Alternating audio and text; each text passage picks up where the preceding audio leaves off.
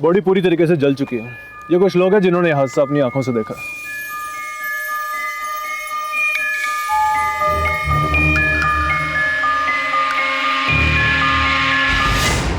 हाँ भाई, क्या देखा तुम लोगों ने? जनाब मैं गड्डी चला रहा थी, वो अचानक मेरी गड्डी के सामने आ गई। और क्या देखा किसने? साहब मैंने देखा उसे, वहां से आ रही थी चलते हुए। वहाँ से? हाँ साहब, वहां से।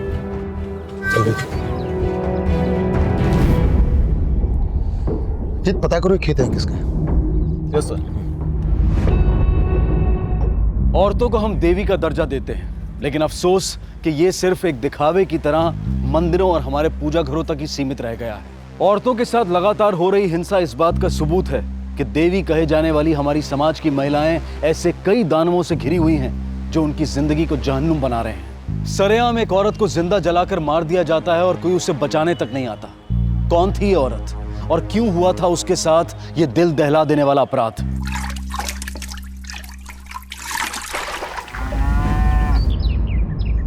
का चाचा का खबर है इस देश की? अरे बेटा, क्या बताएं इस देश की खबर। वो फरीदपुर है ना, उसमें एक औरत को जिंदा जलाई दिया है।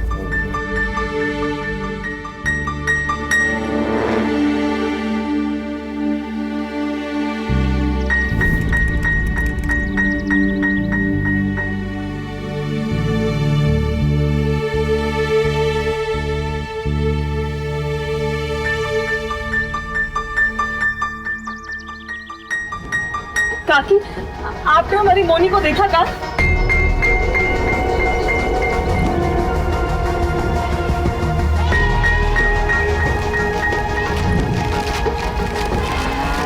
अरे कहाँ जा रही हो? नया ब्यूटी पार्लर खुला है, वहाँ जा रही हूँ। अच्छा मैं भी चलूंगी। अरे बिटिया, ये नया ब्यूटी पार्लर कहाँ खुला है? पल्ली पार्क खुला है।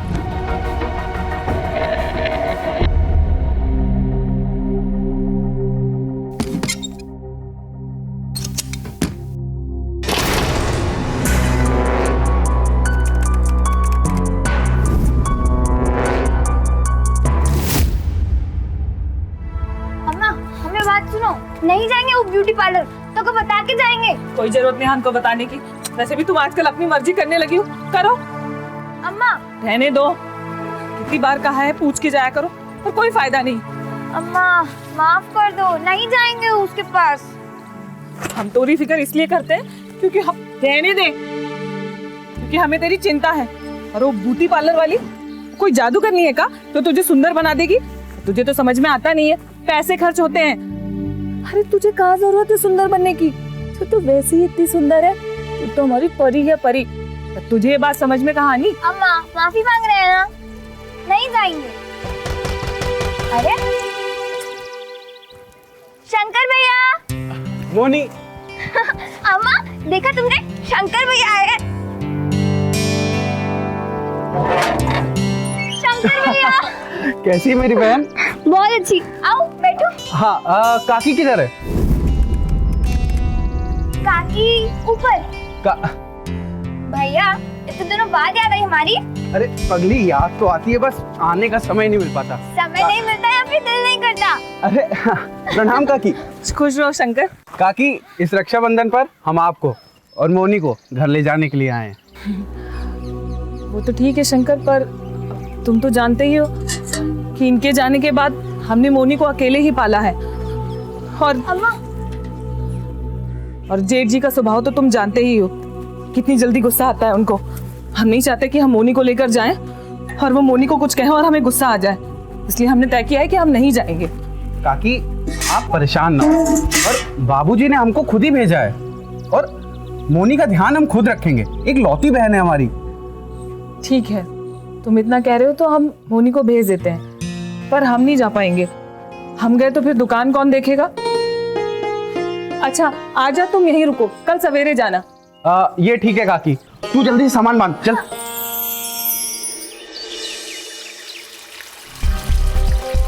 साहब मैं करतार सिंह, ये खेत मेरे पियो दे। जब हादसा हुआ था साहब, मैं यहीं था।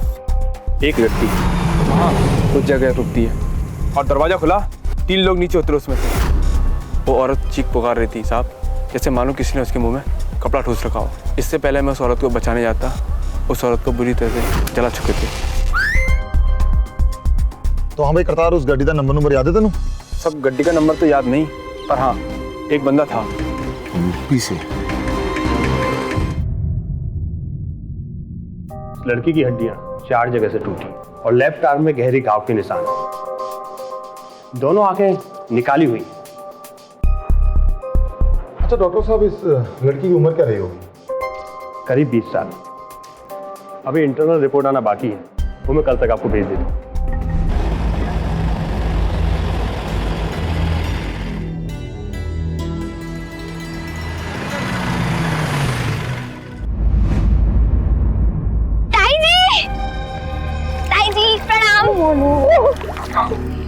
ताऊ जी प्रणाम। जीते रहो बेटा। आ गई? अच्छा किया, बड़ी समझदार है बिटिया। अब ये समझदारी तुम्हारी माँ में होती तो जमीन जायदाद के ऊपर झगड़ा नहीं होता। का जमीन इंसान से बढ़कर होती है। हाँ? कौन समझाया तुम्हारी माँ को? बाबूजी आप भी ना बस पुरानी बातें लेके बैठ जाते हो। मोनी तू अम्मा के साथ जा और आके तैयारी कर।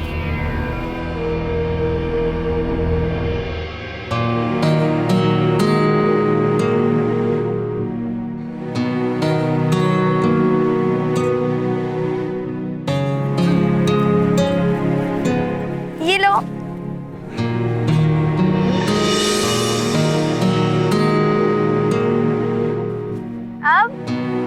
अब क्या? मेरी गिफ्ट। थैंक यू भैया। क्या है क्या है भैया? लो बिटिया, ये हमारी तरफ से ले ले। लेकिन देखो इधर उधर खर्च मत करना, आजकल के बच्चे बहुत खर्च करते हैं।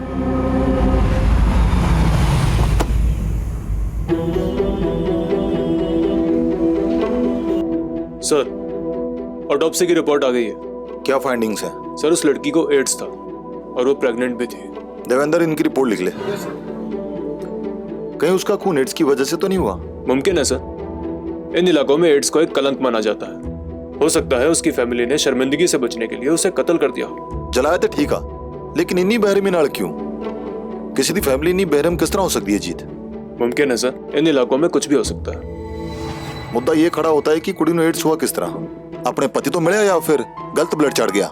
सर मुझे लगता है वो धंधे वाली भी हो सकती है। कुछ भी हो सकता है। अब ये तभी पता चलेगा जब लाश की शिनाख्त होगी। अच्छा वो मिसिंग रिपोर्ट आई? रिपोर्ट्स आई हैं सर, लेकिन कोई भी इस बॉडी के साथ मैच नहीं कर रही।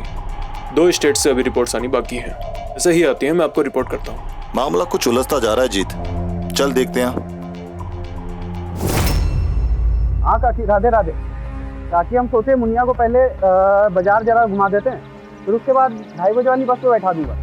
हाँ भैया। और नहीं काकी हम तो नहीं आ पाएंगे, हमको थोड़ा यहाँ पर काम है, और आप वहाँ से बस अड्डे से उतार लेना।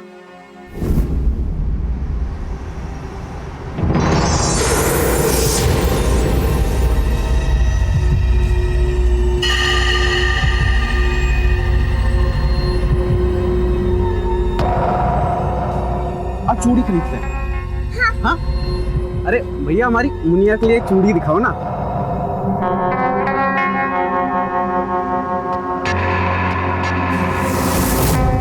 भैया हाँ कैसी लग रही है भैया? बहुत अच्छी। ये लो भैया, चलें? हाँ चलो।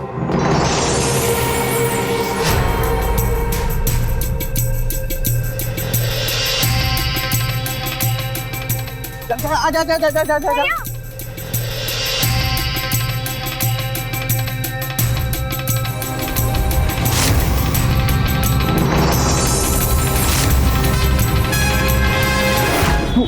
तू 2 मिनट यहाँ रुक, ठीक है? मैं अभी आता हूँ कुछ काम निपटा के, ठीक है? यहीं रहना। हाँ जल्दी आता हूँ।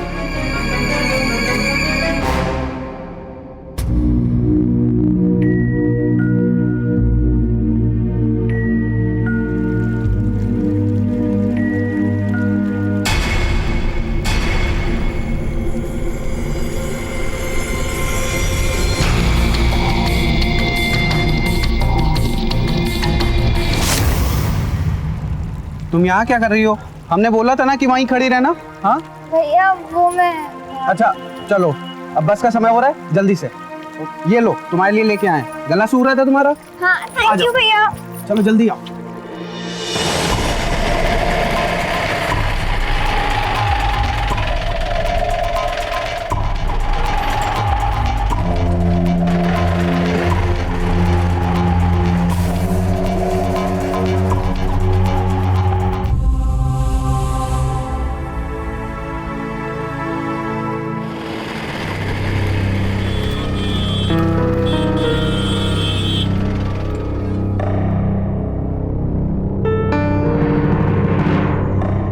अरे काकी जल्दी उतरो, हमें देर हो रही है। अरे भैया हमारी बिटिया आने वाली थी इस बस से। अरे काकी आधा घंटे बाद एक दूसरी बस आएगी, उसमें देख लेना, हो सकता है तुम्हारी बच्ची उसमें आ रही होगी।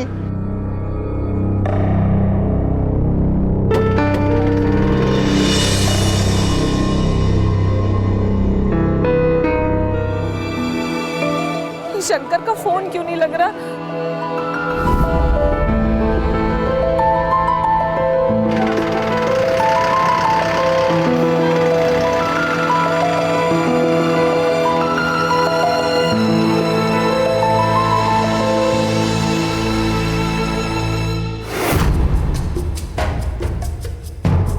शंकर तुम्हारा फोन का ही नहीं लग रहा था। हम कितनी देर से तुमको फोन मिला रहे हैं। हम मोनी अभी तक नहीं पहुंची। और मैंने तो सुबह बस में चढ़ा दिया था। नहीं, हम दोनों बस चेक कर चुके हैं, अभी तक उसका कोई पता नहीं है। क्या? हे भगवान, कहाँ रह गई होगी मेरी बच्ची?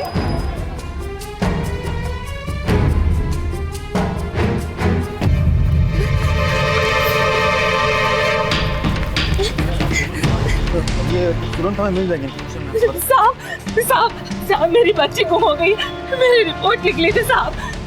एक मिनट आप शांत हो जाइए, अंदर आ जाइए, आपकी बेटी मिल जाएगी। आइए। बेटी का नाम? मोनी त्यागी। उम्र क्या? 16 साल साहब। Okay, thank you.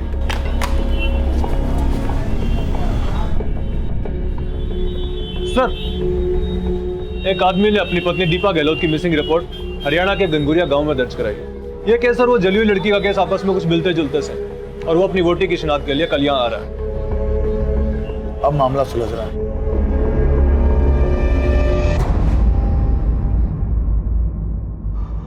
हाँ जी इंस्पेक्टर साहब, मेरी बोटी हैगी जी। इसनु घर ले जाओ संस्कार वास्ते। देखिए देवेंद्र जी, आप घबराइए मत, बिल्कुल ले जा सकते हैं, लेकिन उससे पहले आपको हमारे कुछ सवालों के जवाब देने होंगे, कुछ फॉर्मेलिटी। दीपा कुछ दिनों पहले लापता हो गई। 1 साल पहले साड़ी मुलाकात हुई, तब उदय हालात और हालत दोनों बहुत खराब थी। घरों में जा जाकर काम करती थी, यही कपड़े शपड़े धोना, बर्तन। फिर हमें प्यार हो गया जी, हमने ब्याह कर लिया। कोई घर वाले रिश्तेदार जानते हो तुम? दीपा ने कभी अपने घर वालों के बारे में नहीं दस्या जी, बस इतना पता है कि वो यूपी की थी और झगड़ा छोड़ करके भागी थी। यूपी की थी? तुम कहते हो तुम उसे बहुत प्यार करते हो, वो 4 महीने से प्रेग्नेंट थी, तुम्हें इस बात का पता नहीं था? वो प्रेग्नेंट ही नहीं, HIV पॉजिटिव भी थी। ठीक है, आप अभी जाइए, जरूरत पड़े तो हम आपको फिर बुलाएंगे। अच्छा जी, सत श्री अकाल। जीत, मुझे इस आदमी पर शक है, इसके फोन रिकॉर्ड मंगाओ। सर शाम तक रिपोर्ट्स आ जाएंगी, लेकिन सर अब तक इस मामले में जितने भी सबूत और सुराग मिले हैं, मुझे ये मामला ऑनर किलिंग का लग रहा है। हो सकता है दीपा के घर वालों को उसकी बीमारी का पता चल गया और शर्मिंदगी से बचने के लिए उन्होंने उसे कत्ल कर दिया। आपको क्या लगता है सर? तुम्हारा शक सही भी हो सकता है, लेकिन पहले इस देवेंद्र के बारे में पता लगाओ। एक औरत की निर्मम हत्या के केस को हैंडल कर रही पंजाब पुलिस मौत की इस गुत्थी को सुलझाने की पूरी कोशिश कर रही थी। मरने वाली औरत की शिनाख्त दीपा गहलोत के तौर पर हो चुकी थी, जो उत्तर प्रदेश की रहने वाली थी। दीपा का पति देवेंद्र भी पुलिस की रडार में था, लेकिन इस केस के चौंकाने वाले हर खुलासे के बीच में उत्तर प्रदेश का नाम एक कॉमन लिंक की तरह सामने आया था। इसलिए उत्तर प्रदेश में भी पुलिस लड़कियों के गायब होने की शिकायतों पर छानबीन कर रही थी। अक्सर लड़कियों की हत्या या गायब होने के पीछे ऑनर किलिंग, दहेज या फिर प्रॉपर्टी जैसे कारण होते हैं। क्या इन दोनों केसेस के पीछे भी ऐसा ही कोई कारण था या फिर ये मामला कुछ और ही था? ये मोनी दिखने में सुंदर है। हाँ सर, ऐसा भी हो सकता है कि प्यार मोहब्बत का चक्कर हो, कोई उसे भगा के लेके गया होगा। हम ये मान लें कि कोई उसे उठा के लेके गया है या वो खुद किसी के साथ भागी है। गोविंद, हमें ध्यान में रखना होगा कि उसकी माँ का शक किसके ऊपर है। सर, लड़की की माँ रामदेवी का शक जेठ गणेश पर है। उसकी वजह भी है, दोनों में प्रॉपर्टी को लेकर अक्सर भयंकर झगड़े होते थे। इसका मतलब ये हुआ कि मोनी के गायब होने से सबसे ज्यादा फायदा बाप बेटे को जाता है। Right sir. पर शंकर के मुताबिक उसने मोनी को बस में चढ़ा दिया था। बिल्कुल। तो बात की शुरुआत वहीं से होती है और मोनी के बस से उतरने पर खत्म। Yes sir.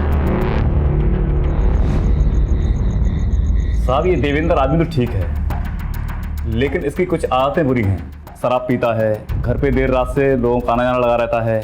एक बार उसका तो एक औरत को देखा गया तो पता चला कि वो उसकी बीवी है। बेचारी कहाँ फंस गई। हम तो ठहरे पड़ोसी कुछ बोल भी नहीं सकते। कभी कोई बात हुई आपकी? कुछ बताया उसने कहाँ से है? एक बार उसने बताया था कि वो यूपी के गांव हरफुआ से आई है, बस इतना ही। हरफुआ? साहब, बस तो सीधी हरफुआ आके रुकी और साहब जापनगर और हरफुआ के बीच की दूरी 17-18 किलोमीटर का है साहब, और पहला बस स्टॉप भी हरफुआ है साहब। उस दिन वहाँ पर वो महिला किसी के आने का इंतजार भी कर रही थी साहब, और उसने उसे पूरी बस में ढूंढा भी था साहब। ठीक है, अब जाइए, जरूरत पड़ी तो हम आपको दोबारा बुला लेंगे।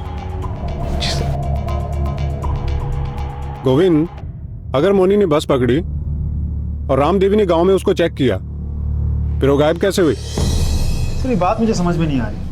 पत्तों की सरसराहट के बिना इतनी आसानी से किसी का अपहरण कैसे हो सकता है? और अगर हलचल हुई थी तो गवाह कैसे नहीं हो सकता?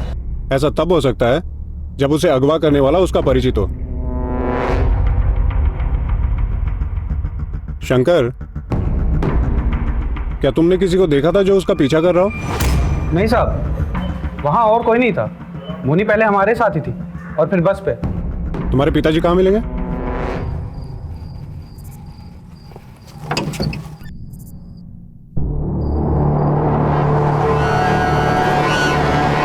बाबूजी, मोनी को आपने कहाँ छुपा कर रखा है? मोनी?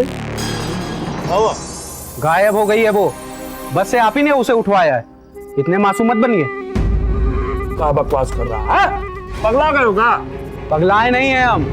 पूछताछ की थी पुलिस ने हमसे, लेकिन हमने उनको ये नहीं बताया कि आप हमारा और मोनी का पीछा कर रहे थे। और आपको क्या लगता है, पुलिस को आज नहीं तो कल इस बात का पता चल ही जाएगा। बाबूजी देखिए, हम आपसे फिर से कह रहे हैं, मोनी को आपने जहाँ कहीं भी छुपा कर रखा है वापस बुला लीजिए। बात अभी इतनी नहीं बिगड़ी। अरे तो सचमुच पगला गया है। नाटक मत करिए, दुश्मनी में आप अंधे हो गए। मोनी को वापस बुला लीजिए, नहीं तो आप जेल के पीछे होंगे। कहा बे? मैं जेल के पीछे होऊंगा? हाँ? नालायक, निकल मेरे घर से, निकल मेरे घर से। अपने बाप पे इल्जाम लगाता है? निकल। जा रहे हैं हम, लेकिन मोनी का पता लगाए बिना हम शांत नहीं बैठेंगे। छुपा लीजिए जहां छुपाना हो उसको।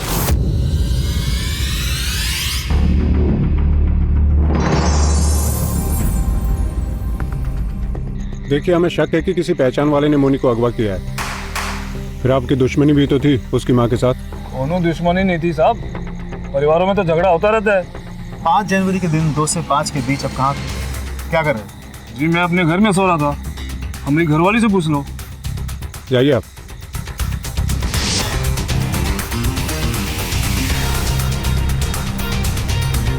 गोविंद सर,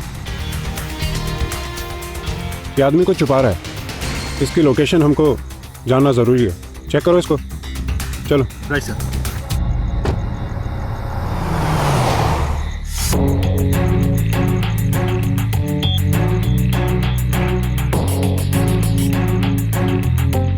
बहुत बहुत शुक्रिया सर। सर, देवेंद्र के पड़ोसियों से बात करके मुझे पता चला है कि वो एक नंबर का शराबी और अय्याश किस्म का आदमी था। उसकी शादी करके बाप बनने की बहुत इच्छा थी, लेकिन कोई उसे अपनी बेटी देने को तैयार ही नहीं था। सर, मुझे लगता है उसने दीपा को कहीं ना कहीं से खरीदा था, या तो किसी कोठे से या फिर कहीं और से। वो दीपा को ब्याह कर घर जरूर लाया था, लेकिन जैसा उसने बताया वैसा प्यार व्यार का कोई चक्कर मुझे नहीं लग रहा है। पुलिस की तहकीकात जैसे जैसे आगे बढ़ती जा रही थी, दीपा का केस वैसे वैसे उलझता जा रहा था। आखिर कौन थी दीपा और क्यों उसे इतनी बेरहमी से मार दिया गया था? पंजाब और हरियाणा में लड़के और लड़की के बीच में बढ़ता अंतर जेंडर बैलेंस के सामाजिक ताने बाने को बिगाड़ रहा है। साल 2012 के एक सरकारी आंकड़े के अनुसार हरियाणा में हर 1000 लड़कों की तुलना में मात्र 883 लड़कियां हैं और यही आंकड़ा पंजाब में 863 का है।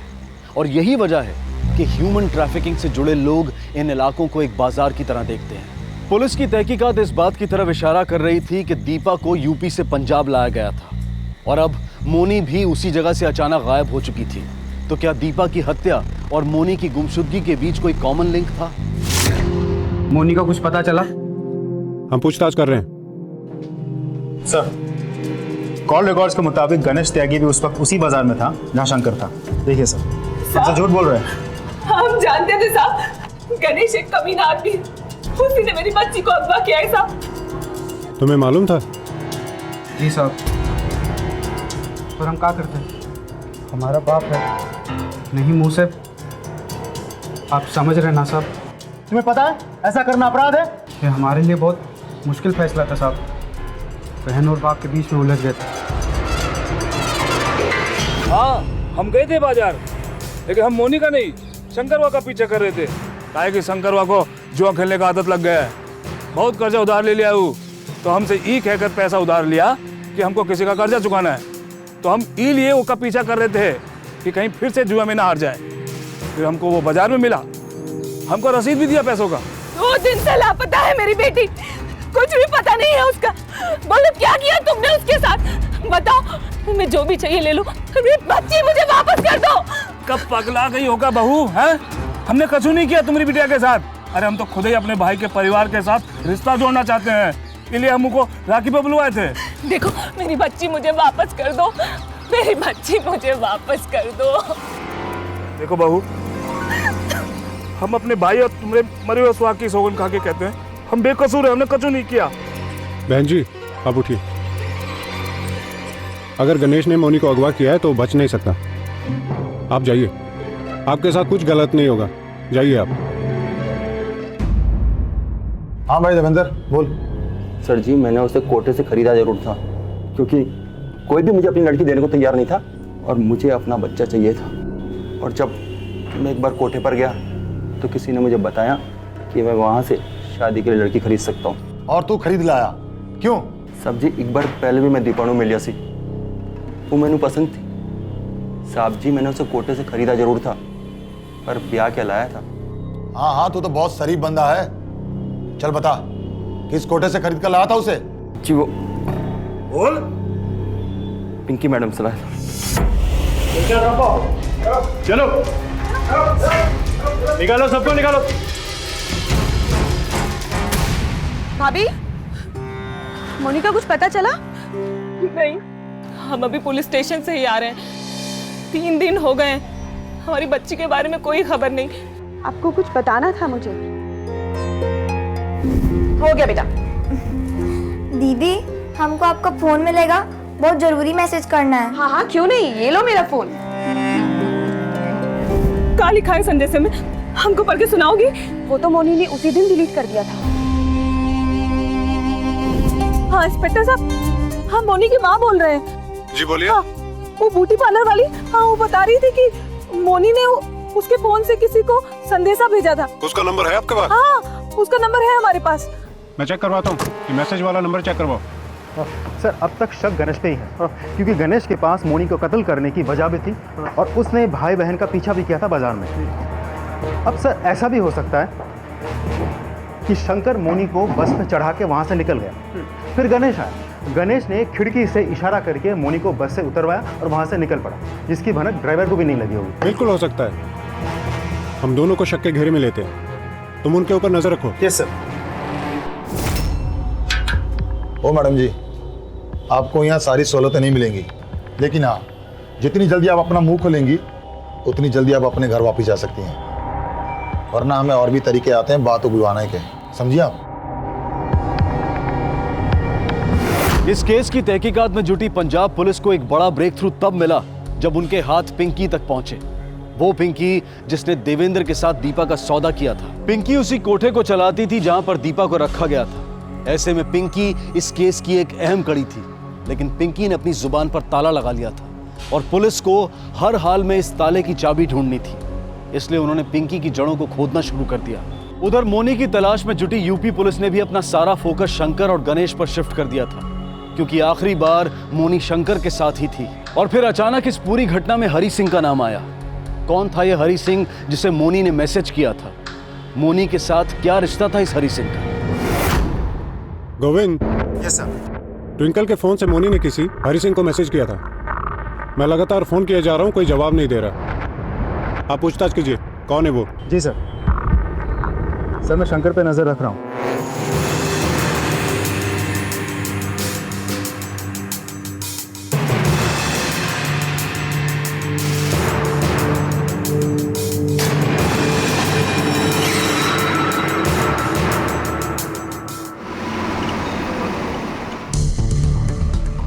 सर, पिंकी की एक कमजोरी मिल गई है सर। उसकी एक कुड़ी है सर, और उसे उसने अपनी दुनिया से हमेशा अलग रखा है।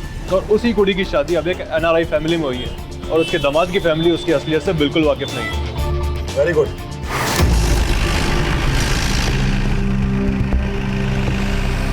ये जगह क्यों, क्या हुआ इस जगह को? जानी पहचानी से लग रही होगी। गाड़ी रोकिए प्लीज, गाड़ी रोकिए। पहचाने की क्यों नहीं सर? बेटी का ससुराल जो ठहरा। मैं आप लोगों के हाथ पैर जोड़ती हूँ, आप जो कुछ जानना चाहते हैं मैं बताने को तैयार हूँ। गाड़ी रोकिए। क्यों? अपनी बेटी की बारी आई तो हाथ जोड़ के सब मंजूर है। उन बेटियों का क्या जो तुम्हारी वजह से मरी है? कभी सोचा है उनके बारे में? आप लोग जो कुछ जानना चाहते हैं मैं बताने के लिए तैयार हूँ। हमने ही अगवा किया था दीपा को, हरपुआ की थी वो। और कौन कौन था तुम्हारे साथ? मेरे साथ 2 और लोग हैं जो गरीब लड़कियों को ढूंढने और उन्हें अगवा करने में मेरी मदद करते हैं। हम ज़्यादातर ऐसी लड़कियों को शिकार बनाते हैं जो गरीब घर से होती हैं, जिनके घर में भाई बाप या कोई देखभाल करने वाला नहीं होता। दीपा को किसने मारा? हमने उसे दूसरे कोठे को बेच दिया। और क्यों? क्योंकि कुंवारी लड़कियों की ज़्यादा कीमत मिलती है उनको। वो लोग उन्हें एड्स से पीड़ित मर्दों को बेच देते हैं। क्या?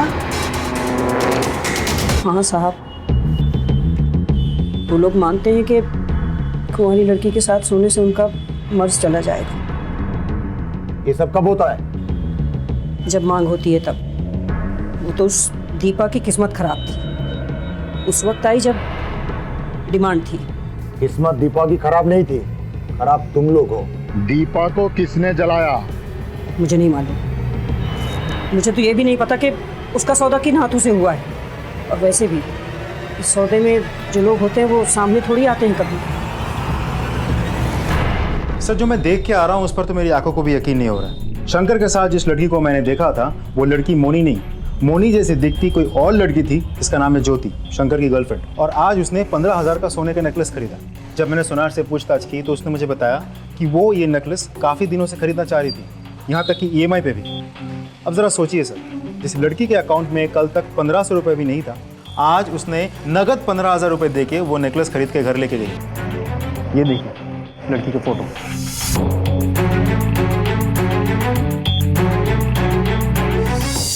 मुझे यहाँ पे क्यों लेके आया गया साहब? सुना है तुमने एक बड़ा सौदा किया है। सौदा? मतलब ये इतने सारे पैसे कहाँ से आए तुम्हारे पास? बहुत सौदेबाजी चल रही है आजकल। नहीं साहब, कैसी सौदेबाजी? ये तो तुम बताओगे हमें।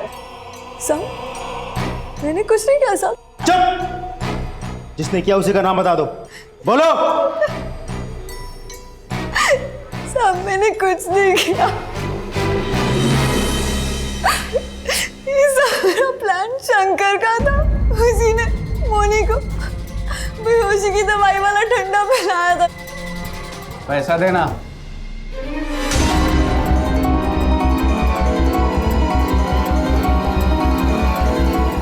कपड़े तो बदल ले इसके।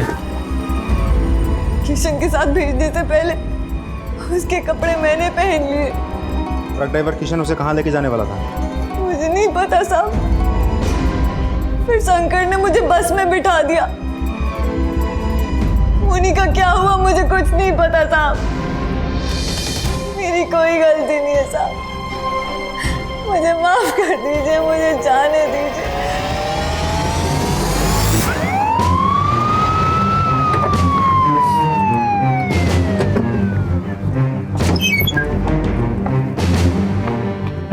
चेक करो उधर। दरोगा साहब हुआ का?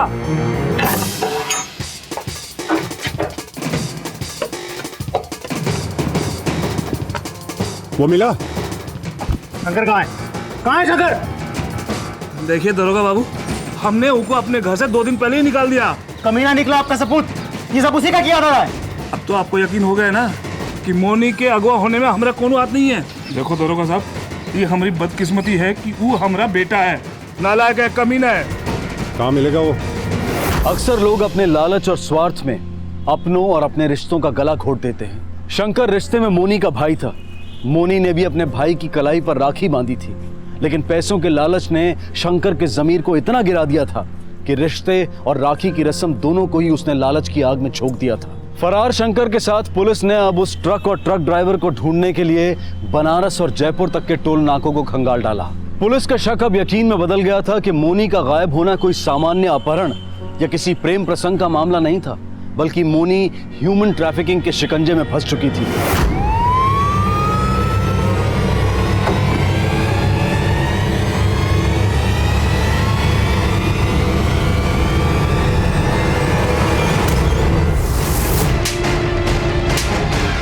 बता अपनी राम कहानी क्या है? नहीं तो यहाँ हम जितना घसीटते हैं ना, उतना मारते भी हैं। साहब, मैंने 25,000 रुपए दिए थे उस लड़की के लिए शंकर को, इसलिए मैंने तंग आकर शंकर को फोन लगाया था। देख किशन, पैसे तो अभी मेरे पास नहीं। पैसा नहीं है मतलब? साहब मुझे कोई आइडिया नहीं वो छोकरिया को कहाँ लेके गए। इतना मालूम है वो लोग कोई पिंकी मैडम का नाम ले रहे थे, और साहब जो आदमी आए थे वो लोग पंजाब के लग रहे थे साहब। बस, बाकी और मुझे कुछ नहीं मालूम साहब। सर, किशन ने मुझे सब कुछ बता दिया। वो किसी पिंकी मैडम के बारे में बात कर रहा था। जी सर, हमें जल्द से जल्द इस पिंकी मैडम के बारे में पता करना होगा, और साथ ही मैं मोनी की तस्वीर पंजाब और हरियाणा पुलिस स्टेशन भिजवाता हूँ। Okay sir. सर, हरपुरा से एक लड़की की मिसिंग रिपोर्ट आई है। अर्जेंट व्हाट्सअप आया सर, और इसी केस में पिंकी की भी इंक्वायरी आई है। क्या जानती हो इस लड़की को तुम? इसे मैंने एक ब्यूटी पार्लर में देखा था। देखते ही लगा था कि इसकी अच्छी खासी कीमत मिल सकती है। इंक्वायरी लगाई थी मैंने, पता चला मेरे ही एक लड़के की बहन है। मैंने छोड़ दिया, लेकिन उसके भाई ने नहीं छोड़ा, ट्रक ड्राइवर को बेच दिया। डायरेक्ट पैसा बनाना था। बाद में आ गया लाइन पर, याद किया मुझे। भेजे थे मैंने अपने लड़के इसे उठाने के लिए। अब कहाँ है ये लड़की? वहीं जहाँ दीपा को भेजा था। सर, पंजाब से फोन आया, उन्हें मोनी की कोई खबर मिली है, please. Hello, good morning mister Ram. Good morning. मैं हर सिंह बोल रहा हूँ, फरीदपुर पंजाब से। जी। आपके जिले से अगवा की गई लड़की मोनी को उसके भाई शंकर ने किसी पिंकी नाम की औरत को भेज दिया। फिर पिंकी ने उसी लड़की को किसी कोठे वाली को भेज दिया। वो लोग कुंवारी लड़कियों को एड्स से पीड़ित अमीर लोगों को सप्लाई करते हैं। उनका मानना ये है कि कुंवारी लड़कियों के संपर्क में आने से उनकी एड्स की बीमारी ठीक हो सकती है। और ये कोटा कहाँ है? ये कोटा हमें भी नहीं पता कहाँ है, ना ही पिंकी को पता है। ये कोटा यूपी से लेकर पंजाब तक कहीं पे भी हो सकता है। इंस्पेक्टर हर्ष, हमें किसी भी हालत में उसको ढूंढना होगा और उस लड़की को वहाँ से बचाना होगा। एग्जैक्टली इंस्पेक्टर राम, हम दीपा को तो नहीं बचा सके, लेकिन हाँ, मोनी की जिंदगी खराब होने से पहले हम उसे जरूर बचाएं। जय हिंद। साहब हमें शंकर के बारे में मालूम हुआ। क्या ये सही है कि उसने हमारी मोनी को बेच दिया? देखिए, हमारे हाथ को सुराग लगे हैं, हम मोनी तक बहुत जल्द पहुंच जाएंगे। आपकी बेटी मिल जाएगी। हाँ, ठीक है साहब, हम तब तक यहाँ से नहीं जाएंगे जब तक हमारी बच्ची की कोई खबर नहीं मिल जाती हमें। हम नहीं जाएंगे साहब।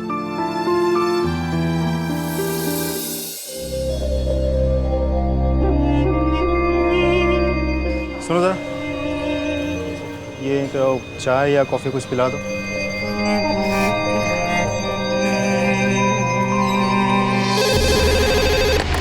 Hello. Hello inspector Ram ji.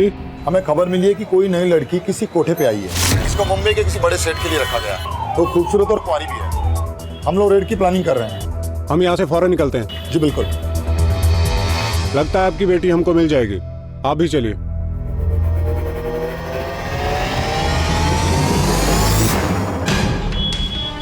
हर्ष शर्मा, पंजाब पुलिस। इंस्पेक्टर राम। हम लोग बिल्कुल तैयार हैं। Let's move.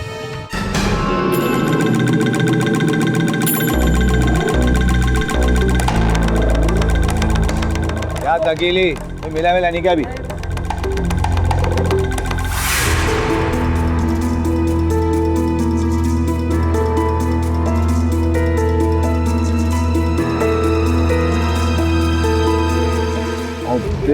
से माल चाहिए।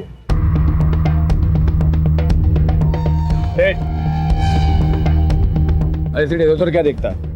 कुछ चाहिए क्या?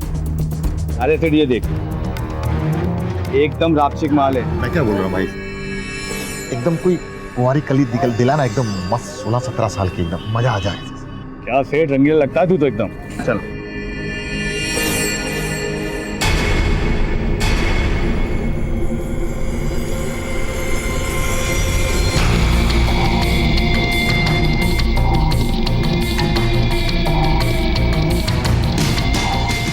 माल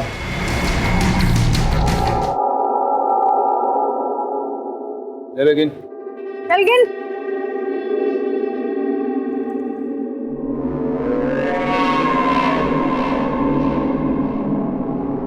आई अपना हिस्सा देना। ले तुम दोनों जाओ, लड़की को लेके आओ।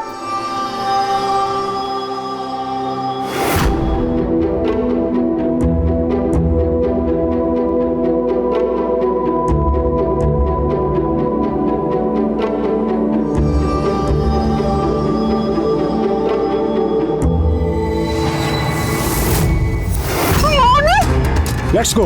Let's go.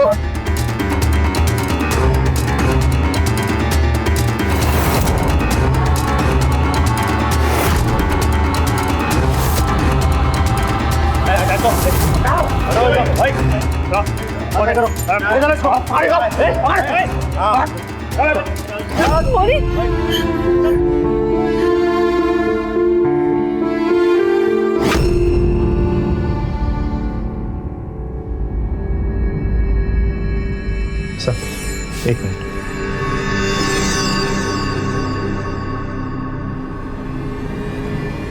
सर ये हरी सिंह, मोनी ने इसी को मैसेज किया था। सर मैं मोनी का दोस्त हूँ, मुझे शंकर का पता मालूम है।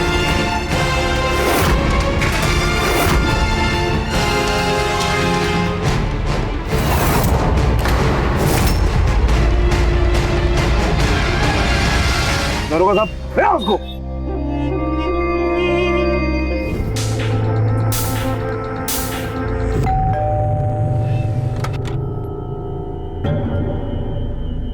जी कांस्टेबल श्रीधर नायक कहाँ है? साहब वो तो ड्यूटी पे हैं। क्या हुआ साहब, आप ऐसे क्यों पूछ रहे हैं? कुछ हुआ है क्या? कुछ नहीं, बहुत कुछ हुआ है। मर्डर किया है उसने। क्या मर्डर? नहीं नहीं साहब, जरूर कुछ गलतफहमी हुई है। वो तो खुद ट्रैफिक पुलिस में है, किसी की जान कैसे ले सकते हैं? अगर वो घर पर आता है या फोन करता है तो उसे बिल्कुल मत बताना कि हम लोग यहाँ पर पूछताछ करने के लिए आए थे, समझी?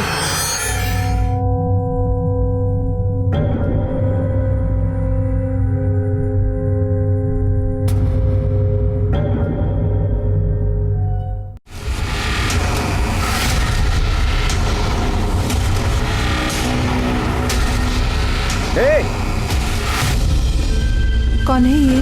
क्या चल रहा है यहाँ पे? बाहर निकल। क्या लफड़ा चल रहा है? अरे सर लफड़ा कोई नहीं है, बाइको है मेरी, हस्बैंड एंड वाइफ है हम लोग। अरे सर वो छोड़ो ना, 500 रुपये रख लो, आधे घंटे में निकल जाएंगे हम लोग। इधर देखने नहीं मांगता मेरे को। ठीक है सर, थैंक यू सर। क्या बोल रहा था वो? क्या बोलेगा, पैसे चाहता था। वैसे 500 रुपए में बहुत महंगा नहीं है वो। अरे अब वो नहीं आएगा।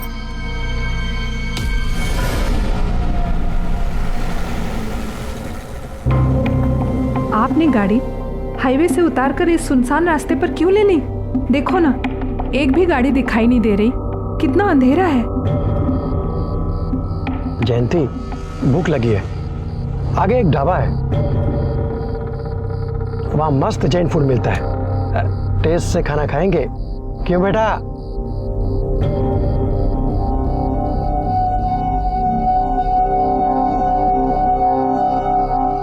क्या हुआ? अरे ये हेडलाइट कैसे ऑफ हो गया? लगता है हेडलाइट का फ्यूज उड़ गया है, चेंज करना पड़ेगा।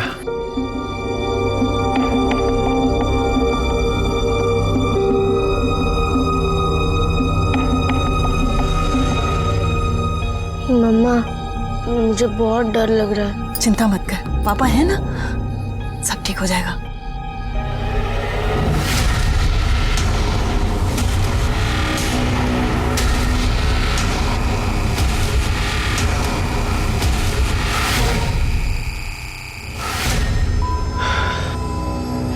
अच्छा हुआ साहब आप आ गए। देखिए ना, अंधेरे रास्ते में हेडलाइट फ्यूज हो गया। थोड़ी मदद करेंगे साहब, प्लीज।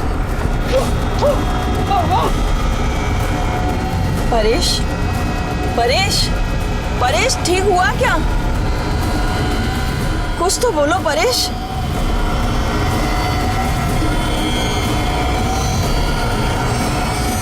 मम्मी। हाँ बेटा, मुझे डर लग रहा है। तुम अंदर ही रहना, निकलना नहीं।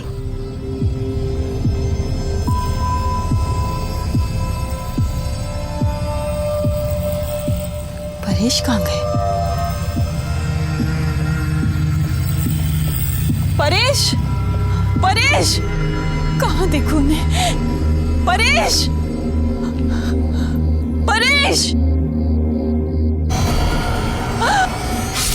अंधेरा, जिसके अपने राज, अपनी कहानियां होती हैं और हर कोई इस अंधेरे का फायदा अपने तरीके से उठाता है। हाईवे बनने के कारण इस पुराने रास्ते पर बहुत कम गाड़ियां आती थी। कहते हैं कि अगर किसी जंगली जानवर के मुंह कभी इंसान का खून लग जाए तो वो आदमखोर बन जाता है और फिर वो हर पल किसी इंसान की तलाश में रहता है कि वो कब उसे अपना शिकार बना ले।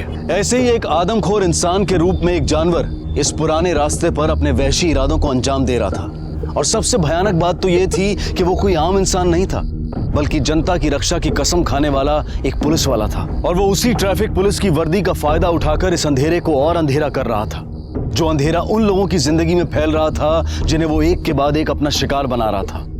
और अब तक सिर्फ वही जानता था कि वो ऐसा क्यों कर रहा था। सब कुछ ठीक है ना हाईवे पे? कोई प्रॉब्लम तो नहीं है? सर ऐसी कोई खास बात नहीं है, एक गाड़ी का छोटा सा एक्सीडेंट हुआ था। सब इंस्पेक्टर जादव ने सब कुछ संभाल लिया है, गाड़ी को टोचन करके बाजू में ले लिया है। हाईवे पर कितनी जीप है पेट्रोलिंग के लिए? आज रात एक जीप पेट्रोलिंग कर रही है सर। और ओल्ड हाईवे पे वहाँ किसकी ड्यूटी है? सर वहाँ पर कांस्टेबल नाइक बाइक पर पेट्रोलिंग कर रहा है। अच्छा, मतलब कुल मिलाकर सब ठीक ही चल रहा है। कल बेटे का बर्थडे है, आज रात 12 बजे उसे विश करने जाना है। सर आप निश्चिंत होकर घर जाइए, हम सब संभाल लेंगे। Thank you. और हाँ सर, आपके बेटे को हमारी तरफ से भी बर्थडे विश जरूर करना। थैंक यू सावन। पिछले 2 साल से उसके बर्थडे पर नहीं जा पा रहा हूँ मैं। इस साल तो सोचता हूँ कम से कम उसके साथ रहूँ। सर, एक ट्रक वाला पुराने हाईवे से एक बच्चे को उठा के लाए। सर, बच्चा बहुत डरा हुआ है।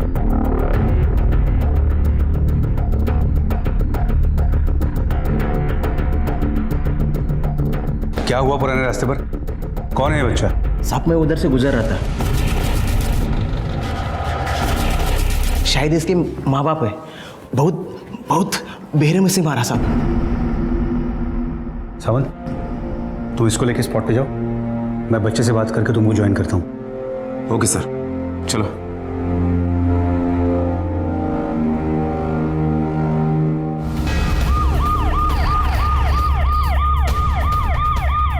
सर, उस टेम्पो ड्राइवर ने बिल्कुल सही कहा था, 2 बॉडियां मिली है। ये देखिए सर, एक बॉडी है जो मेल की है और वहां पर ये दूसरी बॉडी जो फीमेल की है। शायद यही परेशान हो सकता है। सर गाड़ी बिल्कुल ठीक है, लेकिन हेडलाइट का फ्यूज उड़ गया। अरे ये हेडलाइट कैसे ऑफ हो गया? अच्छा, हेडलाइट ऑफ हुए इसलिए गाड़ी यहाँ रुकी है। और एक बात सर, सर ये देखिए, ट्रक ड्राइवर ने बताया था कि बच्चा पिछली सीट के नीचे छुपा था, तो कातिल शायद यही देखने के लिए यहाँ तक आया होगा कि कार के अंदर कोई और भी है या नहीं। सावंत, कांस्टेबल नाइक इस हाईवे पर पेट्रोलिंग कर रहा है ना? Yes sir. Jado ji sir, पूरे हाईवे पर नाकाबंदी लगवा दो और ख़ास तौर पर इस रास्ते पर वायरलेस निगरानी रखो। बॉडी पोस्टमार्टम के लिए भेज दो, ब्लड सैंपल ले लो, फिंगरप्रिंट्स ले लो और एक्सपर्ट्स को दे दो। बिल्कुल सर। कौन? कुछ भी करके हमें उस बच्चे से पता लगाना होगा, क्योंकि उसने ये सब अपनी आंखों से देखा है। देखिए, बच्चे की कंडीशन कुछ ठीक नहीं है। मैंने उसे कुछ मेडिसिन दी है जिससे वो नॉर्मल हो सकता है, लेकिन इस हालत में आपको उससे पूछताछ नहीं करनी चाहिए, वरना उसकी हालत और बिगड़ सकती है। सर, पुराने हाईवे पर एक और मर्डर हुआ है, और इस बार सिर्फ मर्डर नहीं, रेप भी हुआ है। एक रात में 2 सड़क हादसे। आज तक इस तरह की वारदात इस सड़क पर कभी नहीं हुई है। अब तक लग रहा था कि ये जो भी कोई कर रहा है पैसे के लिए कर रहा है, लेकिन नहीं, उसने रेप भी किया है। सावंत, क्या लगता है तुम्हें, ये किसी एक ही आदमी का काम है या? सर, मुझे नहीं लगता कि ये किसी एक आदमी का काम है। सर, 12 बज गए हैं, तो आपको आपके बेटे को बर्थडे विश करना है। 2 साल से मिस कर रहा हूँ सावंत, ये साल भी सही। अब तो उस बेचारे को आदत हो गई है।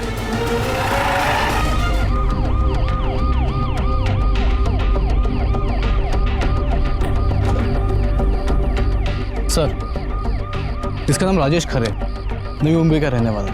ये लड़का यहाँ पे इसकी मंगेतर के साथ आया था सर। इस लड़के का वॉलेट भी गायब है। रेप इसके मंगेतर का हुआ है? जी सर। तुमने बात की थी उससे? नहीं सर, उस लड़की की हालत बहुत ख़राब थी। लेडी कांस्टेबल ने फर्स्ट एड देने के बाद मैंने उसे सिटी हॉस्पिटल शिफ्ट किया। इस गाड़ी में मुझे शादी का कार्ड मिला सर। उस कार्ड के हिसाब से इन दोनों की शादी अगले हफ्ते होने वाली थी। क्या नाम है उसका? कहाँ की रहने वाली है? उर्मिला जोशी नाम है सर, नवी मुंबई की है। उस लड़की का रेप करने के बाद उस खूनी ने उसकी चेन और रिंग दोनों छीन ली। ज़्यादा एक काम करो। जी सर। हाईवे पर अपनी एक जीप पेट्रोलिंग पे है, उसे यहाँ लगवाओ। खोपोली पुलिस स्टेशन से एक्स्ट्रा मैन पावर मंगवाओ, क्योंकि ये जो कोई भी कर रहा है, मुझे नहीं लगता कि सुबह तक रुकेगा।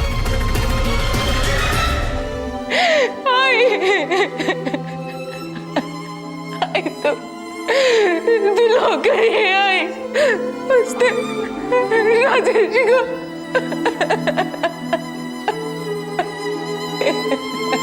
बस हो गया, बस बस बस बस रख दो फोन अभी, आपको ये तकलीफ हो जाएगा।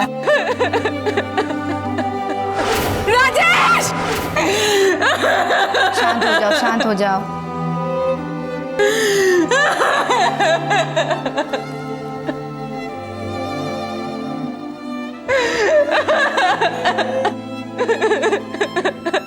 मिस उर्मिला, मी पीआई अमित माने, क्या अभी आपके लिए यह मुमकिन है कि आप हमारे कुछ सवालों को जवाब दे पाए? क्योंकि देखिए, आपने उसे देखा है, तो आप हमारी मदद कर सकती हैं।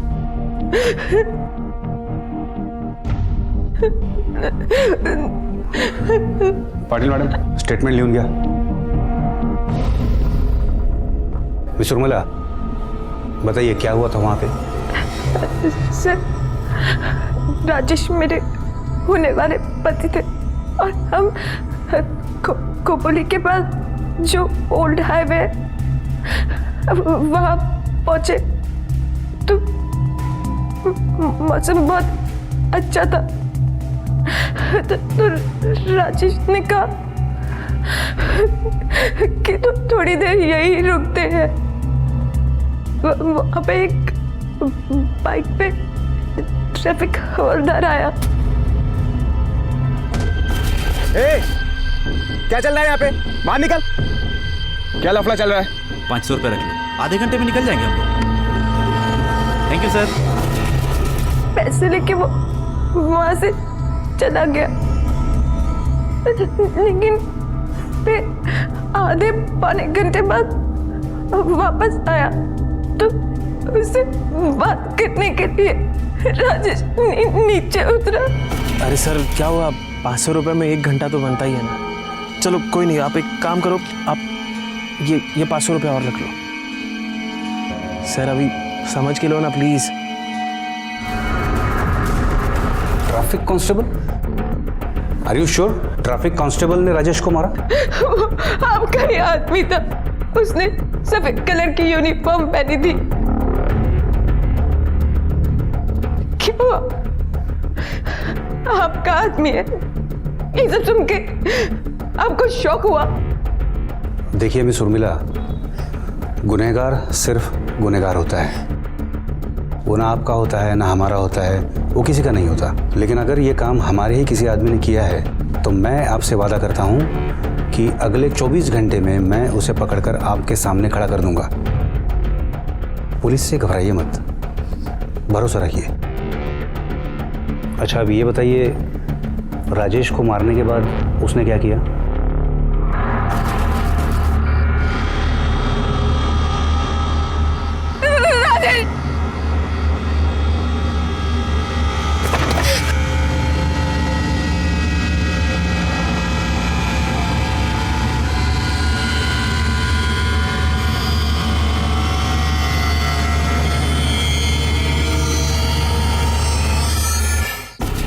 आपने फोन किसको लगाया था?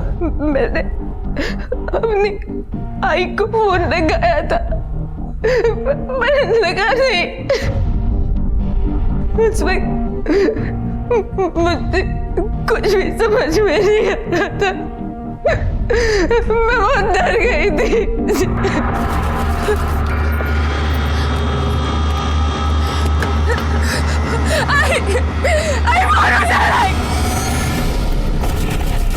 आपने उसके बैच पर उसका नाम देखा था? कुछ ठीक से नहीं दिख रहा था, बहुत अंधेरा था और मैं उसका नाम भी नहीं देख पाया। राजेश को मारने के बाद उसने आपको मारने की भी कोशिश की?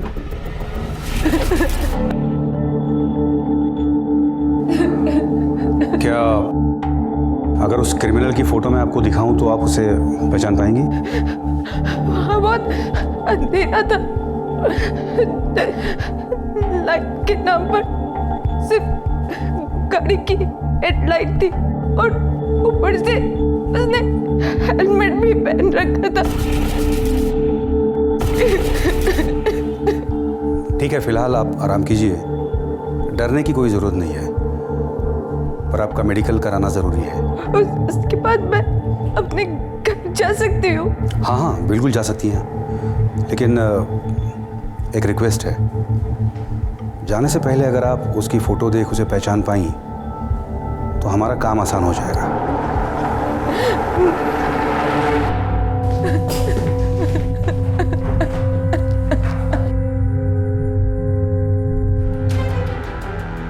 कौन कौन है नाइट ड्यूटी पे पता करो, जो छुट्टी पे हैं उनका भी पता करो कि वो इस वक्त कहाँ है। इसका भी पता लगाओ कि किसे पैसे की ज्यादा जरूरत है। जब रक्षक ही भक्षक बन जाएं तो नजारा क्या होगा। पुलिस इंस्पेक्टर माने के पैरों तले जमीन सरक गई ये जानकर कि कातिल कोई पुलिस वाला है जो अपनी वर्दी का फायदा उठा रहा है। पूरे डिपार्टमेंट की इज्जत दांव पर लग गई थी। मीडिया और बड़े अफसरों को अब तक इसकी भनक नहीं लगी थी, वरना पुलिस पर दबाव और बढ़ जाता और इन लोगों तक खबर पहुंचे उससे पहले उस कांस्टेबल का पकड़े जाना बेहद जरूरी था, जो पुराने रास्ते पर लोगों को अपना शिकार बना रहा था। पुलिस की साख खतरे में थी क्योंकि सबसे पहला इल्जाम उनके बंदोबस्त में लापरवाही का लगता। खोपोली महाराष्ट्र की सारी पुलिस फोर्स के सामने इस वक्त एक ही चुनौती थी कि जल्द से जल्द इस कांस्टेबल को उसके वैशी इरादों में नाकामयाब किया जाए।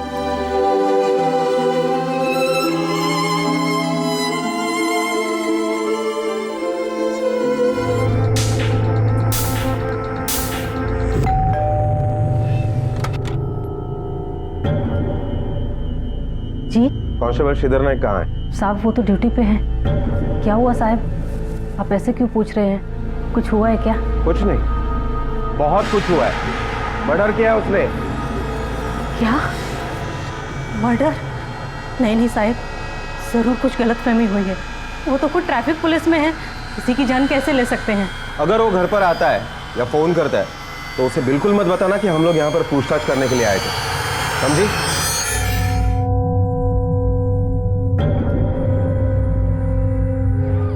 सर कांस्टेबल नाइक की रिपोर्ट कुछ अच्छी नहीं है। उसने तकरीबन हर एक आदमी से कुछ ना कुछ तो उधार लिया है। तुमसे कितना पैसा लिया है? सर 12,000। सर छोटा बड़ा सबका मिला के तकरीबन 91,000 रुपये का कर्जा है।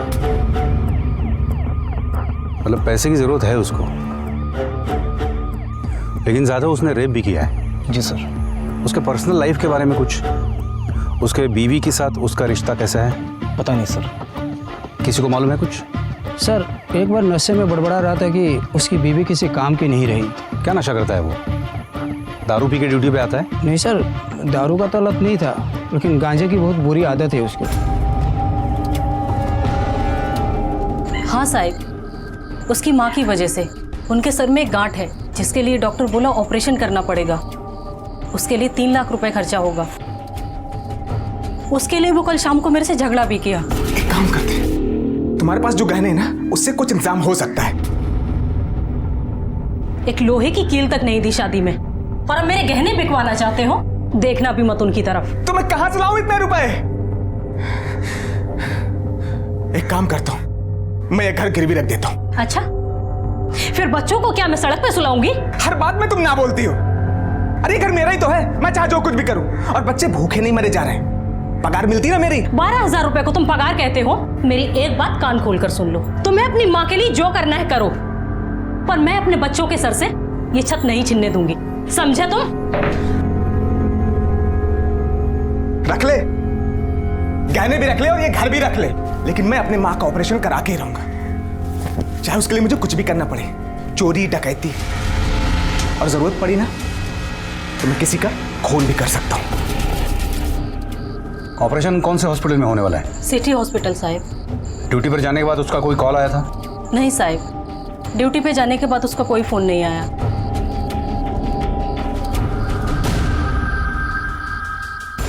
नाइकला 3 लाख की गरज है, और जब तक ये सारे पैसे जमा नहीं हो जाते वो इसी तरह लोगों को लूटता रहेगा और मारता रहेगा। और जब ये सारे पैसे जमा हो जाएंगे वो या तो घर आएगा या सिटी हॉस्पिटल।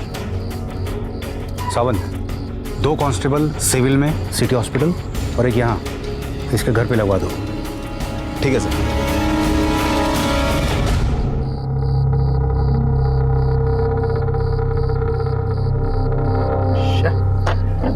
नेटवर्क भी नहीं आ रहा है। ये नेटवर्क क्यों नहीं आ रहा है?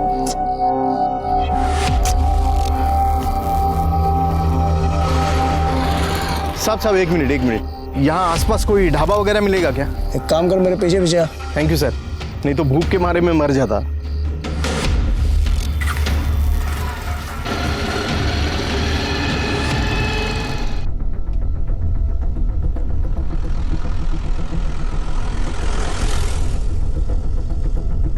ये कौन ट्रैफिक हवालदार था?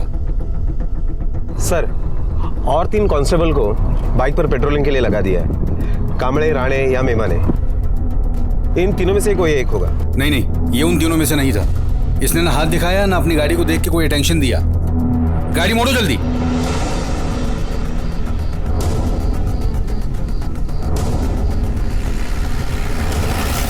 आगे बाइक पे ट्रैफिक हवलदार और पीछे गाड़ी। इसका मतलब समझ रहे हो? इसको कोई फिर नया शिकार मिल गया है। चलो जल्दी चलो, पीछा करो उसका, स्पीड बढ़ाओ।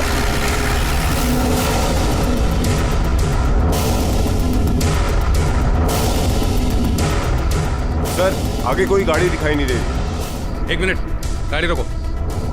पीछे हमने कोई राइट या लेफ्ट टर्न मिस तो नहीं कर दिया? सर, एक लेफ्ट टर्न था पीछे। गाड़ी घुमाओ जल्दी। हाँ देखो, आराम से लो, यहीं कहीं वो टर्न है। सर, ये रहा।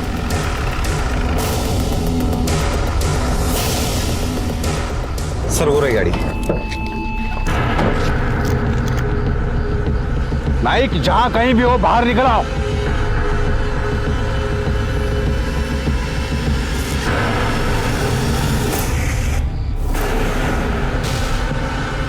सांस चल रही है, इसका मतलब अभी जिंदा है। इसे फौरन हॉस्पिटल लेके चलो, हो सकता है इसकी जान बच जाए। चलो। डॉक्टर, कोशिश करना कि ये बच जाए, और जैसे इसे होश आए हमें इन्फॉर्म कर देना। ओके।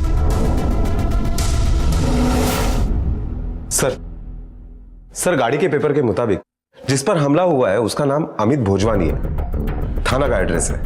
और गाड़ी में जो विजिटिंग कार्ड मिले उसके ऊपर जो नंबर था उस पर फोन किया है। उसकी बीवी आ रही है हॉस्पिटल में।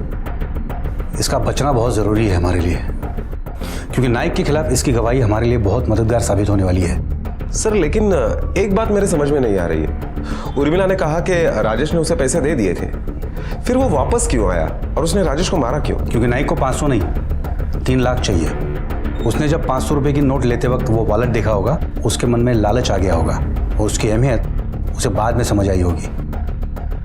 ऐसा लग रहा है कि नाइक को किसी का डर ही नहीं रह गया। अब तो उसे पकड़ना हमारे लिए बहुत ज़्यादा ज़रूरी हो गया है, क्योंकि वो अब कुछ भी करने से नहीं डरेगा।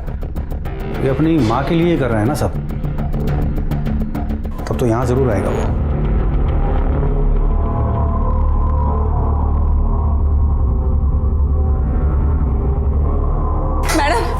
मैडम मेरी बेटी एडमिट है यहाँ पे, उर्मिला जोशी उसका नाम। वो कौन से रूम में है? मैं उसकी माँ हूँ।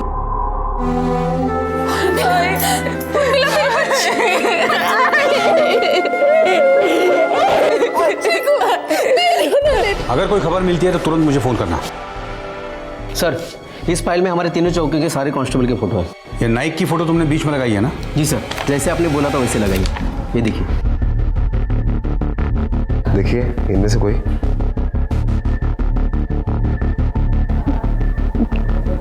नहीं। इनमें से कोई।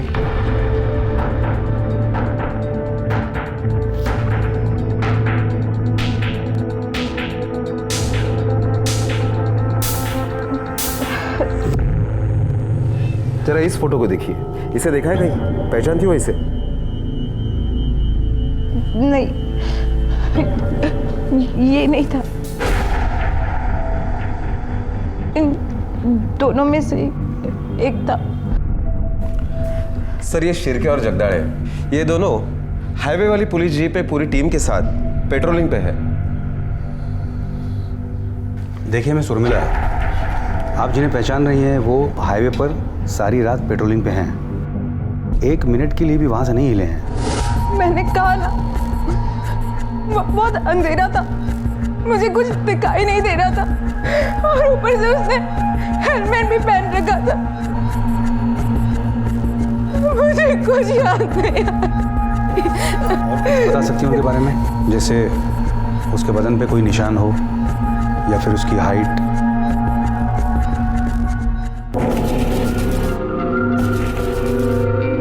शायद उसकी हाइट 5'8" या 5'9". मुझे कुछ याद नहीं आ रहा। बस कीजिए आप। जिस हादसे से वो गुजरी है उसमें आदमी को होश कहाँ रहता है ये सब देखने का? देखिए हम समझते हैं, लेकिन हमारी मजबूरी है। उसने सिर्फ राजेश को नहीं मारा है, और 3 लोगों को मारा है। एक बच्चा अनाथ हो गया है, एक आदमी इसी अस्पताल में भर्ती है, पता नहीं बचेगा या नहीं। देखिए प्लीज हमें समझने की कोशिश कीजिए। अगर हम उसे जल्द से जल्द नहीं पकड़ पाए तो ये लिस्ट और लंबी होती चली जाएगी। उर्मिला और देवेश पुलिस की अब तक कोई मदद नहीं कर पाए थे। देवेश अब भी कुछ नहीं बोल रहा था। पुलिस के पास एक ही उम्मीद थी, अमित भोजवानी, और वो उम्मीद भी टूट गई जब अमित भोजवानी ने ऑपरेशन टेबल पर अपनी आखिरी सांस ली। सवाल ये भी उठ रहा था कि क्या ये पुलिस वाला वाकई में श्रीधर नायक था? क्या वो वाकई इस डिपार्टमेंट का था, या फिर उसके भेस में कोई और ही इन वारदातों को अंजाम दे रहा था?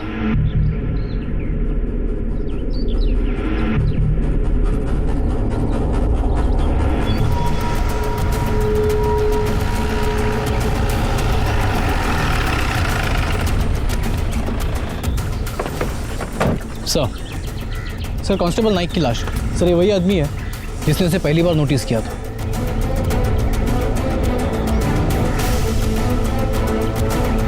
इसकी खरोच देख के ऐसे लगता है कि इसे मारा कहीं और गया हो और बॉडी खींच के यहाँ पे लाई गई है। खून सूख चुका है, इसका मतलब है कि मर्डर 5-6 घंटे पहले किया गया। सर ये चप्पल शर्ट मिला सर। ये शर्ट? लेकिन नाइक को तो वर्दी पे होना चाहिए था। इसका मतलब है कि नाइक के भेस में कोई और ही ये लूटपाट और मर्डर कर रहा है। उसने पहले नाइक को मारा होगा, तो इसकी वर्दी पहनकर अब वो लोगों को लूट रहा है और मार रहा है। और ये है कौन?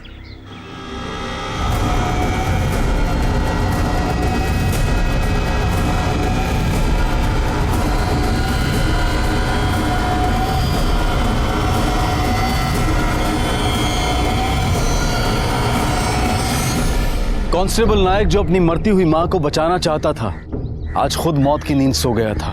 पुलिस जिस केस को सॉल्व किया हुआ समझ रही थी, वो और पेचीदा हो गया था, क्योंकि जो शक नायक पर था, अब वो एक अनजान, उसी अंधेरे के बीच ना दिखाई देने वाले चेहरे पर जा टिका था। कौन हो सकता था ये, जिसने ना सिर्फ लोगों की जान ली थी, पैसा लूटा था, बल्कि उसने उर्मिला के साथ बलात्कार भी किया था। पुलिस के पास कोई सुराग नहीं था। जो केस नायक के हाथ लगने से सॉल्व होता हुआ दिखाई दे रहा था, उसके सारे सिरे अब खो चुके थे। पुलिस के पास एक फोन कॉल आया जिसमें एक फार्म हाउस के मालिक ने पुलिस को यह बताया कि उसने अपने नौकर को खून से सने कपड़े धोते हुए देखा है। पुलिस बिना देर किए वहां पहुंची। सुबह आपने उसे कितने बजे देखा? सुबह जब मैं 6 साढ़े 6 बजे मॉर्निंग वॉक के लिए जा रहा था, तभी उसे कुछ कपड़े उठाकर धोने के लिए जाते हुए देखा, और उसमें ट्रैफिक हवलदार की वर्दी भी देखी जिस पर खून के दाग लगे हुए थे। मैं भी हैरान था ये देखकर कि मिंटू के पास ये पुलिस की वर्दी कहाँ से आई, और वो भी खून से भरी हुई। और वो खून ये देखने के लिए मैं उसे चुप कर देख रहा था। उसने जिस बाल्टी में वो शर्ट डुबाकर पानी फेंका तो पूरा लाल था। उस वक्त मुझे शक हुआ और आपको फोन किया। ये मिंटू यादव अभी कहाँ होगा? यही होगा, पीछे अपने कमरे में।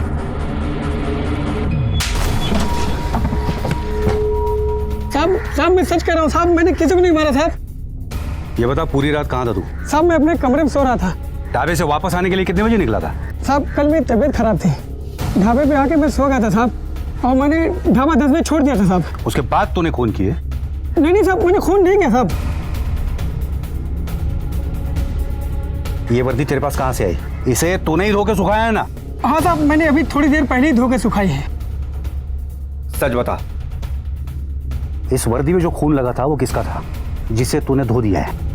मालूम नहीं साहब, उसने मुझे बताया नहीं। उसने किसने? शेख ने साहब, उसी ने मुझे ये वर्दी दी थी धोने को। शेख? कौन है शेख? साहब जिस ढाबे में मैं काम करता हूँ वो भी उसी ढाबे में काम करता है, और आज सुबह ही उसने मुझे वर्दी दी थी धोने को। शेख, ये पुलिस वर्दी कहाँ पहन के आ गया?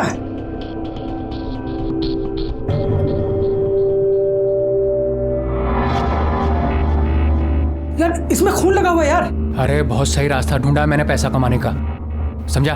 अब कोई टेंशन नहीं है लाइफ में। तू बस एक काम कर, ये वर्दी ना अच्छे से साफ करके रख दे, मैं आकर बाद में लेता हूँ तेरे से। क्या बोल रहा है यार, क्या करके आया तू? ज्यादा चूचपड़ा मत कर, समझा? जितना बोल रहा हूँ उतना सुन, बहुत मोटा माल छापा है मैंने। ये देख, एक काम कर, तू रख। हम ये कैसे मान ले कि ये सच है? ये भी हो सकता है कि तू हमारा ध्यान भटकाने के लिए ये कहानी बक रहा है। आप जीना से पूछ सकते हैं साहब, वो आपको सारी सच्चाई बता देगी। ये ले, ये सब तेरे लिए है। देख, अब तो मेरे को नखरे नहीं दिखाएगी ना, कभी ना नहीं बोलेगी ना। शेख, इतना जेवर, इतना पैसा किधर से लाया तू? अरे डाका डाला मैंने तेरे लिए। क्या? देख अभी सब छोड़ना, ऐसा मैं रोल ला के दूंगा, समझी? चला पास आ कलेजे के, ताकि थोड़ा ठंडक पड़ जाए मेरी जान। बहुत हो गया, ये माल पूरा नहीं है, पहले माल पूरा कर। अरे मैं इसको पूरा कर देगा ना, बोलता है मैं। तू पहले आधा काम तो कर। ऐसे नहीं चलेगा, पहले ये माल पूरा दे और फिर ये माल ले। ए देख ज़ीनत, ऐसा मत बोल। देख ना ज़ीनत, कितना प्यार करता है। तेरे को काम पे जाने का, चल अब निकल तू। ज़ीनत, निकल, मुझे काम पे जाने का, चल। अरे ए ज़ीनत, देख ऐसे नहीं कर सकती। चल चल चल, निकल यहाँ से। सुना, ए ज़ीनत, अरे ऐसा मत कर रहे। कितना भाव खा रही है तू?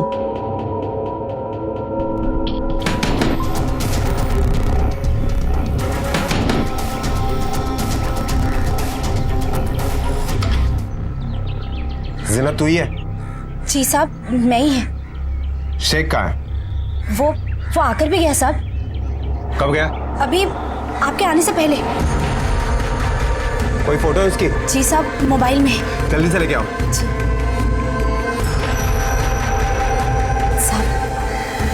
साहब, जाकर ढूंढो इस आदमी को, आसपास ही कहीं होगा। सर उसने कुछ ला कर दिया तुम्हें? जी साहब।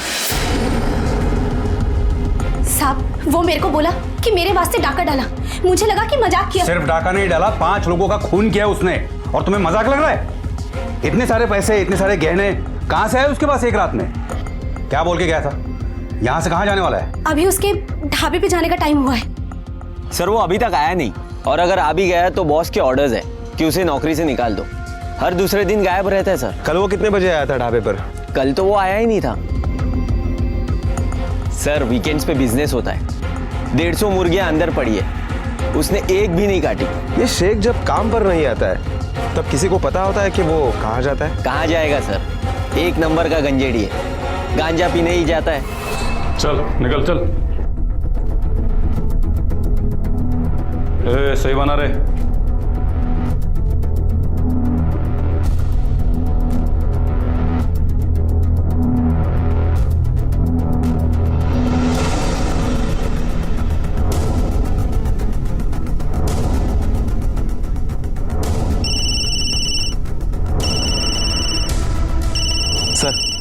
सर सकपाल ने साइन दे दिए।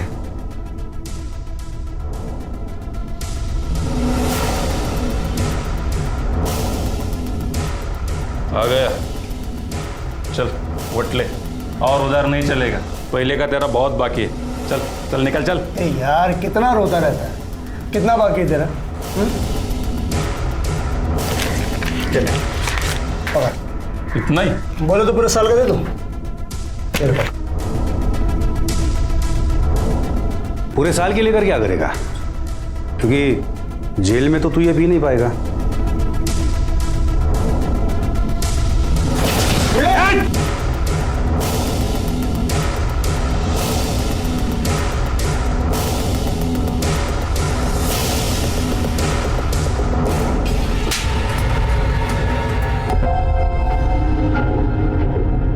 क्या तुम इस आदमी को पहचानते हो?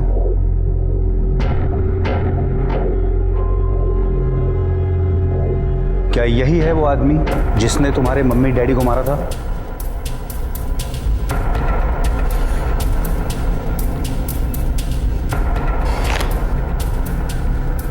क्या यही है वो?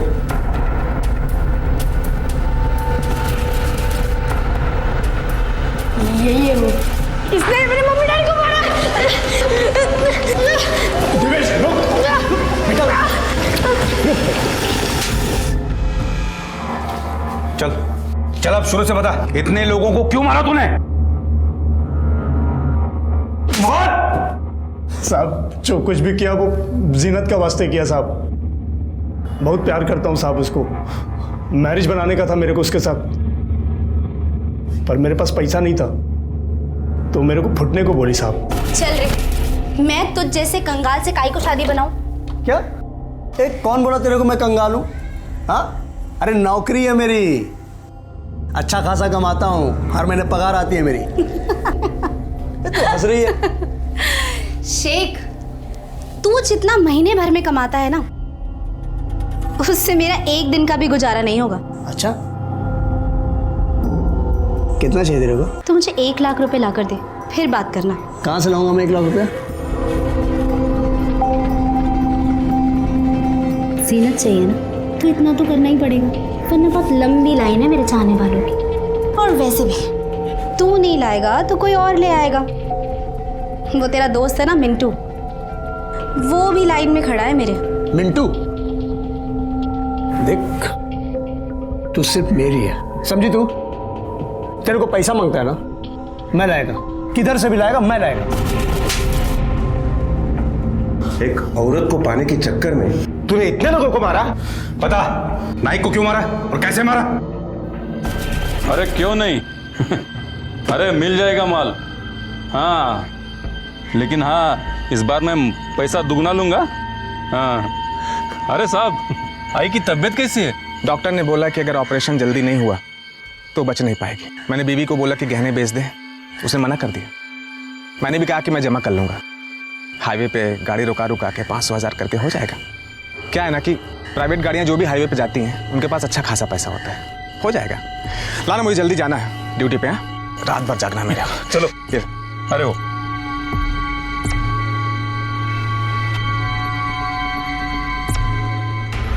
साहब मेरे को आगे तक छोड़ देंगे क्या? क्या जाना तेरे को? वो सनसेट पॉइंट नाका तक। आजा।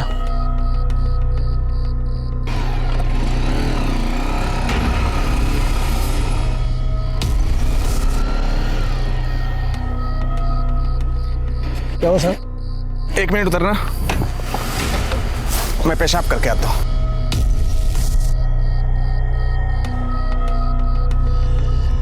उसका बातें सुनकर मेरा दिमाग चमका। मेरे को लगा अगर इसका वर्दी मिल जाता है तो मेरे को कभी पैसा का कमी नहीं रहेगा साहब।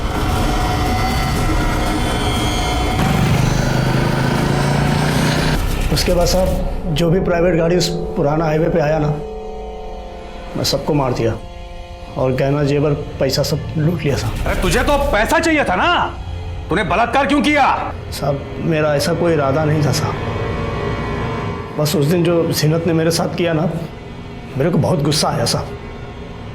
बस सारा गुस्सा उस लड़की पर निकाल दिया। तुझे पता भी नहीं है तूने कितनी जिंदगियां उजाड़ी हैं।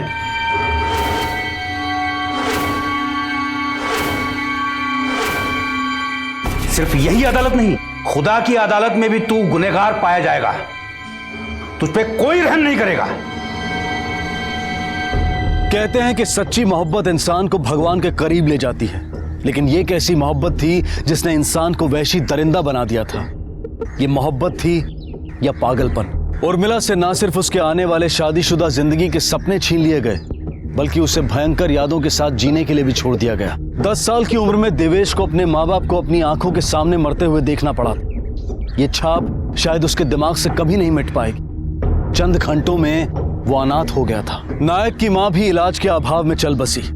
एक शैतान ने अपनी जिद को मोहब्बत का चोला पहनाया और दहशत का खेल खेला। अदालत ने शेख को इन सभी हत्याओं के लिए आईपीसी की धारा 302 के तहत और उर्मिला के साथ बलात्कार करने के लिए धारा 376 के तहत फांसी की सजा सुनाई। अब मैं अनूप सोनी आपसे विदा लेता हूं। फिर मुलाकात होगी अगले एपिसोड में एक और चौंका देने वाले केस के साथ। तब तक अपना और अपने परिवार का ख्याल रखें और देखते रहें क्राइम पेट्रोल डायल 100। सबक एक को सीख हम सबको। जय हिंद। क्राइम पेट्रोल के और भी दिलचस्प कहानी देखने के लिए हमारे चैनल को सब्सक्राइब करें और बेल आइकॉन दबाना न भूलें।